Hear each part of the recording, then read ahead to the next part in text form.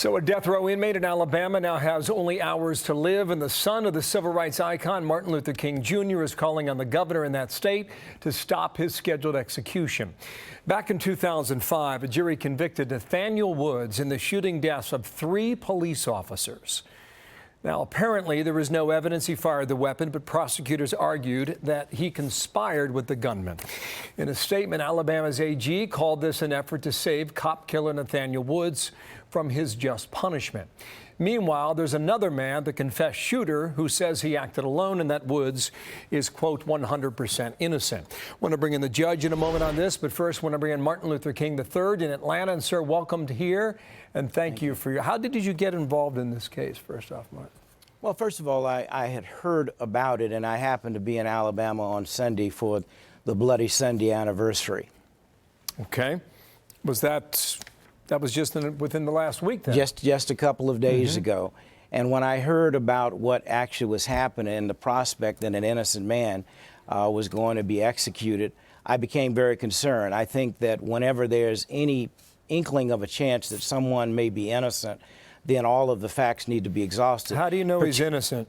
Well, particularly, number one, the person who actually pulled the trigger has confessed over and over again that he was the trigger man, and Nate was not involved. Nathaniel, I should say, because I don't really know Mr. Woods. I just know of the background of the case. The second thing is there's a lot of testimony. Unfortunately, Mr. Woods had poor counsel, and there now are teams in place that would actually provide the appropriate counsel. I don't think it's ever too late when someone may be innocent to review all of the information to make sure. Let me just stop you there. You said maybe.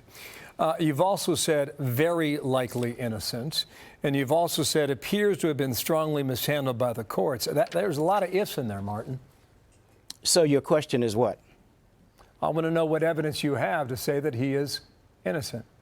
I just told you the gentleman who said he did the killing himself, and Nathaniel was not involved. And the prosecutors say that I'm not a lawyer, so I cannot debate you on those issues. All we can look at is the facts. If a person is innocent, they should not be killed in this country. People have been killed and hung for doing nothing. And in this context, if that is the prospect, we ought to at least go through the facts, go through the information, give the system an opportunity to work if it did not work. Okay, let's keep it on this case. Unfortunately, the system does not work for African Americans and poor people over and over again. Here's what the Attorney General, Steve Marshall, said in that state. He said Nathaniel Woods was correctly found guilty and sentenced to death by a jury of his peers, and that sentence is set to be carried out. The only injustice in the case of Nathaniel Woods is that which was inflicted on those 4 policemen that terrible day in 2004. To those families still living with this?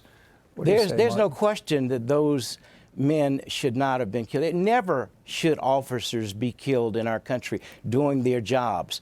However, nor should an innocent person be killed. And so I just believe that and I'm just asking you, what evidence do you have that he's an innocent man? I know what your objective is here, and I respect that, but for the sake of our viewers, we need to figure out what the facts are.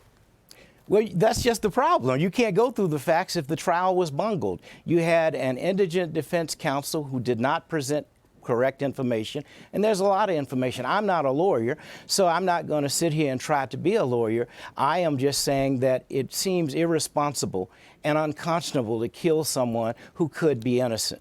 Martin, thank you for your time.